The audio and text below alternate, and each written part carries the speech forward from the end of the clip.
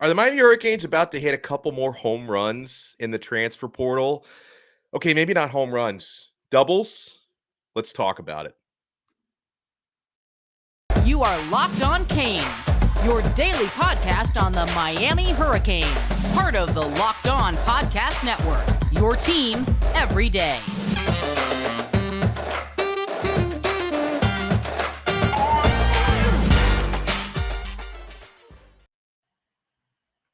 I am Alex Donno, your host of Locked On Canes, longtime South Florida sports radio vet, University of Miami alum, longtime, most recently post-game and formerly pre-game host on the Miami Hurricanes radio network. Thank you so much for making Locked On Canes your first listen each and every day. We are available free wherever you get your podcasts and available free on YouTube as well. So whether you want the video version or the audio version, we've got something for you.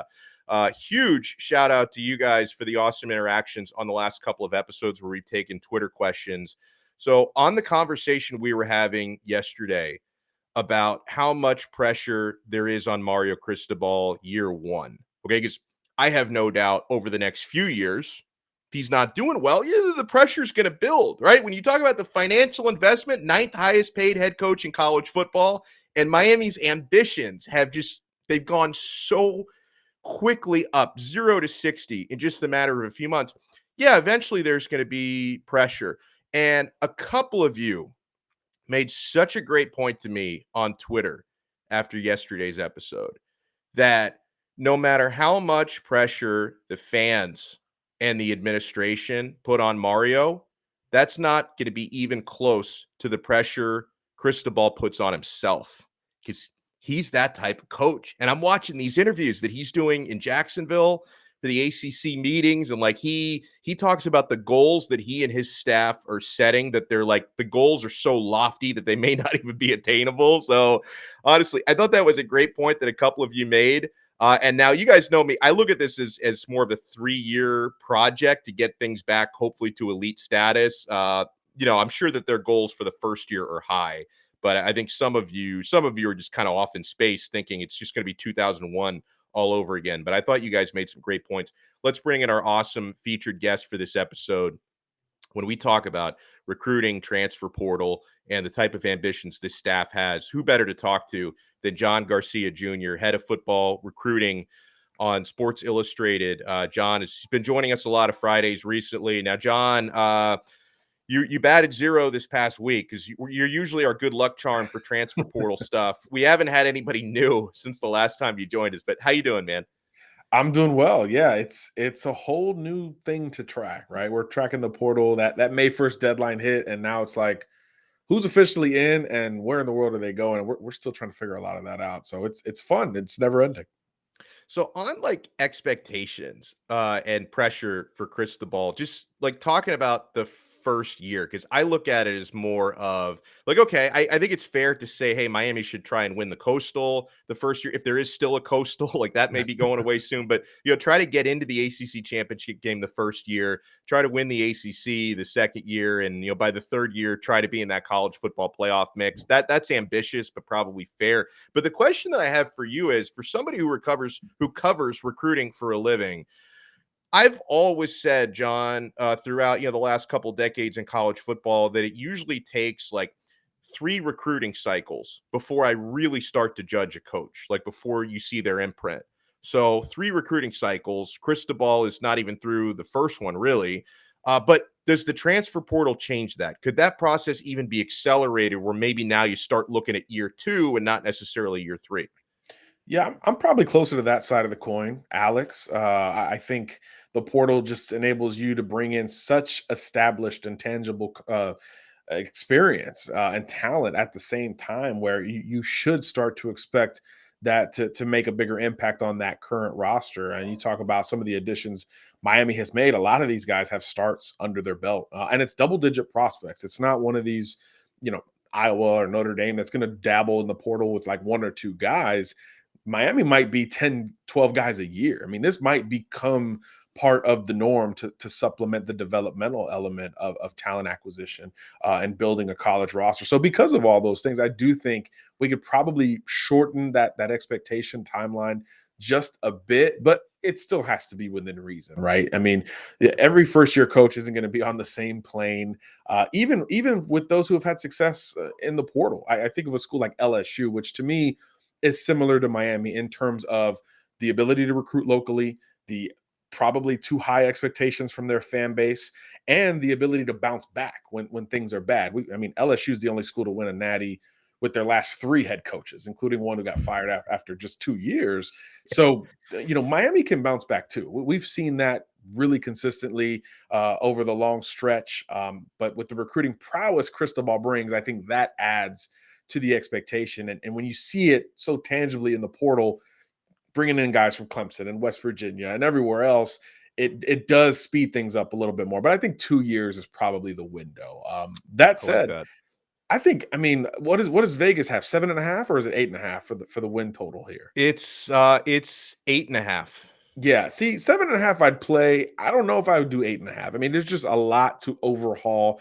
And let's be honest, that the coaching staff here, a lot of big personalities to try to navigate this thing. The Broyles Award winning offensive coordinator, a defensive coordinator with more experience than probably any DC in the country. A lot of conflicting personality types that are still, you got to coach the coaches too, right? If you're Mario. So I Yeah. do think that element is a little bit under discussed, and they're probably trying to figure out a lot of those dynamics in the meantime, as well as adjusting to their new personnel and then the inherited personnel, which spring football was probably more of a self scout than a true evaluation beyond that. So there's still a lot of pieces to put together to have such lofty expectations in year one. Fans expecting 10 wins need to probably relax, even though it's the Coastal and the ACC, and you've got a quarterback with some hype. That is a lot to put together right out of the gate. But can this team be playing great football towards the back half of the season and upset somebody? If it does get to I was going to say Atlanta, if it does get to Charlotte for the title game and maybe upset someone in the bowl game, absolutely. That's really what you're looking for in my mind. It's not game 1, game 2, game 3. It's more like 7, 8, and 9 and beyond. Couple of things that I look at as being like a big difference between Miami in recent years and the big boys, right? Because like Miami played Alabama last year, and you saw that gap is not really close right now. Miami's not really close to close, at least as of last year. Clemson is on the schedule every now and then, and they've had their way with Miami in recent years. A few years ago they played LSU to open the season. That didn't go well. Like, to me, overall depth and trench play have been big differences. Now, trench play is something that Cristobal is really focused on in that portal, right? So when you think about, he's already brought in a couple of offensive linemen that he worked with in Oregon. They're working on another one from Conference USA. We'll talk about a little bit later. And defensive line, I think they've had a lot of success there. When you think about people like Akeem Mesidor and Mitchell Agude that have already come in, and Jacob Lichtenstein from USC. So, do you think Miami can actually be at a point where even this coming season, they're just in a much better position to compete in the trenches? Absolutely. They will compete in the trenches. I can't really envision a Mario Cristobal team that isn't ready to compete in the trenches. I think of what he looked like at Oregon right out of the gate. A little bit different situation because he was an assistant there first. But when he took over, man, I mean, that stuff hit the ground running about as well as possible. And many attributed that to just his mentality in the trenches. So not only shifting that focus with the inherited players, but like you said, bringing in a true focus on both sides of that ball. I do think the attitude up front with Miami will feel a lot different, regardless of how everything else looks and schematics and all that fun stuff, game planning relative to the opponent. All that aside, Miami's going to be tougher and Miami's going to be better at the point of attack and at the line of scrimmage, which is really where it begins. And you Right. talk to him as a recruiter, as a coach, anywhere, he's going there first. And that's not just because he's a former lineman himself. That's really what he believes in terms of winning football, even in this skill position, glorified basketball on space kind of spread offense era. He still believes in that, in the trench first mentality. And obviously that still works. Just look at who's been at the top lately. Yeah, Miami's going to have that tested in September when they have to travel to Texas A&M. They've got Clemson on the road on the schedule, so we're going to get an idea this fall how much they can improve that trench play. When we come back with John Garcia Jr., want to talk about a couple of specific transfer targets, one of which has been visiting this week. another of which I wonder can improve that offensive line even further. Guys, this episode is brought to you by Built Bar. Imagine dipping your finger into that plastic tub of birthday cake frosting, which, oh my gosh, I love that so much. And then opening your eyes and realizing there was only 150 calories and 16 grams of protein. That's what it's like to eat a birthday cake puff from Built. I just received my birthday cake puffs. My birthday's not for another 5 months, but I felt like it was my birthday when I tried these. I've never had anything like this before. They're available right now, and we can't promise that they're going to be there tomorrow. So get them today at built.com. And if you haven't tried the puffs yet, I'll let you in on a little secret because that's what friends do. A chocolate covered marshmallow protein bar. Yeah, you heard me. Delicious flavored marshmallow covered in 100% real chocolate. Make every day your birthday like I just did with Built birthday cake puffs. Built has taken the delicious experience of biting into a fresh slice of birthday cake, enrobed in 100% white chocolate and added sprinkles even. It's not a birthday cake without sprinkles. With 150 calories, 16 grams of protein, and only 9 grams of sugar, this limited time flavor is an amazing option for you if you're looking for a healthy way to get flavor and variety in your day. All Built puffs are covered in 100% real chocolate. That means with Built, you can eat healthy and actually enjoy doing it. And they are made with collagen protein, which your body absorbs more efficiently and provides tons of health benefits. So go to built.com to get the birthday cake puffs now. You won't regret it. Go to built.com, use our promo code LOCKED15 and get 15% off your order. Use promo code LOCKED15 for 15% off at built.com. Thank you guys so much for making Locked On Canes your first listen every day. Make sure to go check out Locked On NBA Big Board. Host Raphael Barlow from NBA Draft Junkies and author of the NBA Big Board newsletter is joined by Richard Stamen, Sam Ferris, and Leif Tulin, giving fans an in-depth look into the NBA draft, mock draft, player rankings, and of course, big boards. It's free and available wherever you get your podcasts. Alex Donno alongside John Garcia Jr., head of football recruiting for Sports Illustrated. So, John, there's another receiver that Miami is looking at. In fact, he started an official visit with Miami on Wednesday in the transfer portal. Transfer wide receiver Jaylon Robinson of UCF. He's smaller, but a burner. He was injured for a lot of last year, but the year prior, 2020, great success catching the deep ball. And I think about who Miami's got throwing footballs, good deep ball quarterback, good deep ball receiver, seems to make sense. And this is what Jaylon Robinson had to say about Tyler Van Dyke before his visit started. And this quote comes courtesy of my pal Gabby Urrutia from Inside the U. He says, quote, "I did my research on him," talking about TVD, and he's one of the top quarterbacks for next year's draft class. So Jaylon Robinson from UCF. I know that there are other schools interested. I saw a lot of Tennessee stuff. Where do you think Jaylon might end up, and could he be a really good fit in Miami? Oh, he'd be a great fit in Miami. I think that the wide receiver core has some versatility, right? You've got your big bodies, you got your slot types, but I don't know how much overall juice the receiver core has, just in terms of taking the top off of a defense and really stretching things out and enabling Tyler Van Dyke to really push the limits of his arm strength. Jaylon Robinson would certainly do that. And what's interesting about him is, just like he told Gabby, when we spoke to him, he said, "Look, I'm looking at these quarterbacks." And this is what was interesting. He said, not only the starter, but the backup. I mean, he is really looking into how things could play, because at UCF, of course, Mackenzie Milton goes down and boom, here comes Dylan Gabriel and everything's great. So it kind of worked out for him there when tough situations happen in the quarterback room. So he's certainly well aware of that. So I think, Garcia, Ja'Cory Brown, those guys are worthy of keeping an eye on in this Jaylon Robinson conversation. So he's looking at multiple quarterbacks on each roster. But here's the kicker with Miami. This is his last visit, and he's committing Sunday. I mean, he's Wednesday, Thursday in Coral Gables, Sunday commitment. And when he spoke to SI All-American, he said, "I have to be careful because when I take these official visits, I get really excited." So this was right after the Tennessee trip. And at that moment, you felt like Tennessee was in the driver's seat. He loved the Ole Miss trip with Lane Kiffin as well.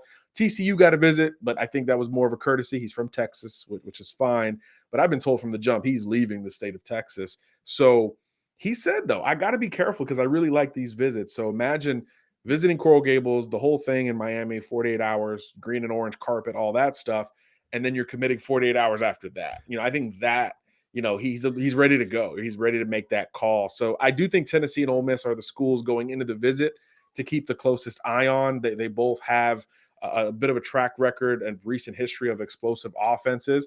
But when you talk about the quarterback stability, Miami can contend with any of these programs that are in the mix for Robinson. So I think that paired with the timeline and the need is going to bode pretty well for Miami in this race. Not saying he's a lock for the Canes or anything like that, but they're not going to finish worse than 2 or 3 in this thing with that last impression. The timing really favors what Miami is pushing to wrap up, maybe to wrap up this transfer portal class, certainly at the wide receiver position. So I think the Canes are in a great spot, and he's one of the most coveted receivers still in the portal available. And again, he's got his eyes on different things relative to other recruits in the portal. And I think with that 2 quarterback deal and the offensive deal, I think Miami's got as good a sell as any of these programs.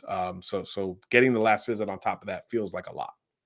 I got to figure it's better to either be the last official visit or the first. Like, you don't want to be in the middle, right? Because sometimes the first visit, you're like, you got your mind made up. It's hard to change it. But then the last visit's the last thing you remember. Like, being in the middle is the worst.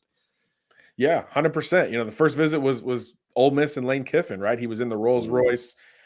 Kiffin was, driving him around, and he was tweeting out videos of Kiffin's pitch basically as it was happening. So you wonder what his old pal Mario Cristobal might think of that and try to one up for the final visit. But yeah, these are still young men. You want that first impression to set the bar, or the last impression to capitalize on that recency bias. And look, he was originally going to commit the 18th.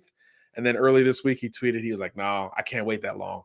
May 15th, Sunday. So I think that bodes really well for Miami coming off of what should be a really strong trip. And little, other nugget here, he trained with Margin Hooks, who trained Charleston Rambo in Texas. So, I think that familiarity will help Miami get some benefit of the doubt late in the game here as well. Because look, Miami wasn't involved 2 weeks ago. This is very much late breaking news for them to get interested and then get the visit. So any little positive data point Miami has in this thing is big for them. And I think Rambo, once they connect through Hooks, the trainer in Texas, I think that will help Miami's chances as well. Obviously, Charleston did great things in Coral Gables too. That's a great nugget there. Now, what about the most highly coveted transfer portal receiver? What's the latest on Jordan Addison? So Addison is a little bit, earlier in the process compared to Robinson.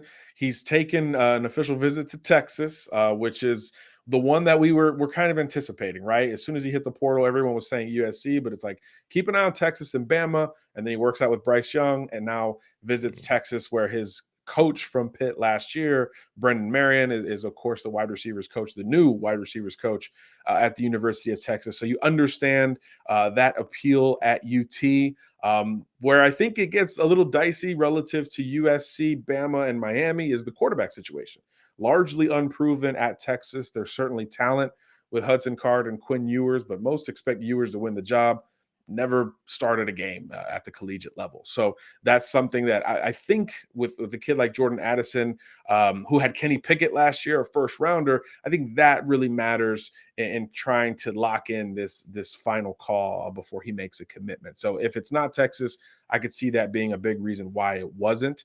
USC with Caleb Williams, Miami with Van Dyke, Bama with Bryce Young, much more stable, much more proven, despite relative youth as well. So Texas got the visit, something to keep an eye on for sure. Now USC will get the second official visit. And remember, when all of this news broke and tampering allegations and Pat Narduzzi getting on the phone with Lincoln Riley, it was about USC and Jordan Addison.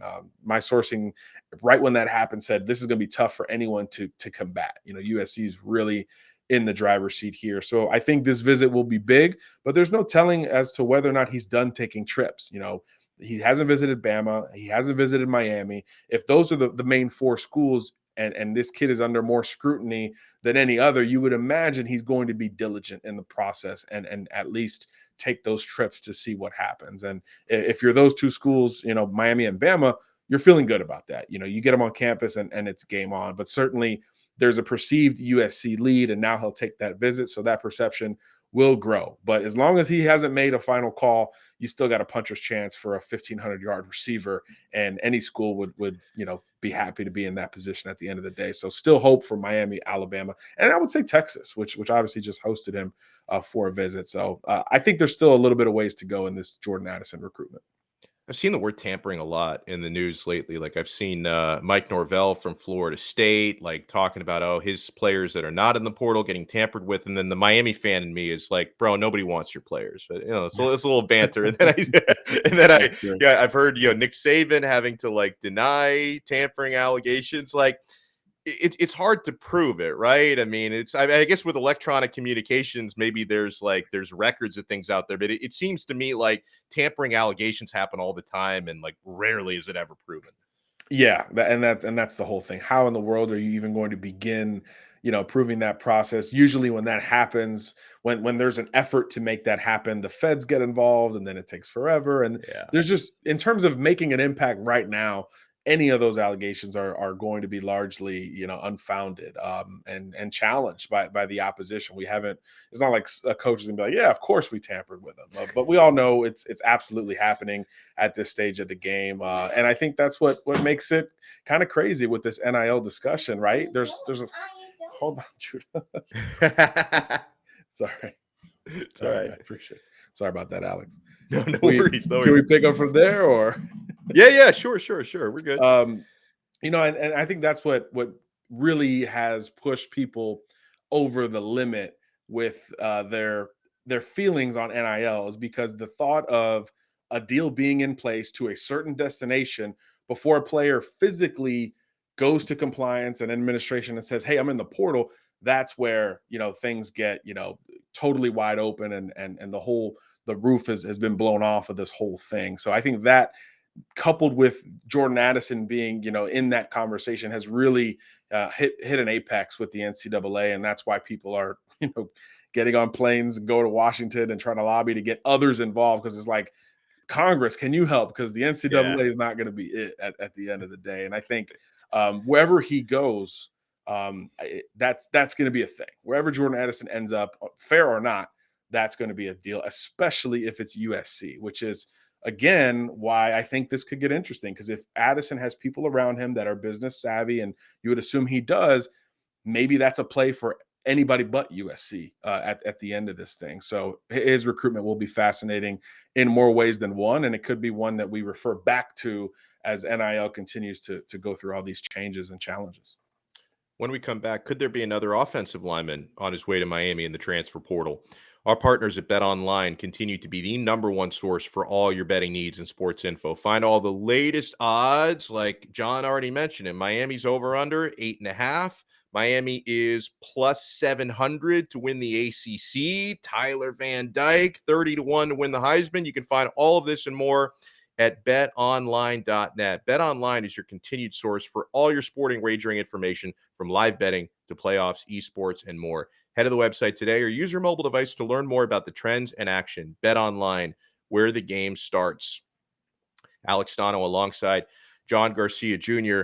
So Charlotte offensive lineman in the portal, Dmitri Emmanuel, is maybe looking at Miami, and it sounds to me like, and immediately when I see Charlotte, I'm like, how's this guy going to help? But he's 24 consecutive starts from 2019 through 2024, has been named to various all-conference USA teams, and I'm hearing some people talk about this guy like he could potentially be a starter on the right side. He can play guard or tackle. Is this somebody who could wind up at the U?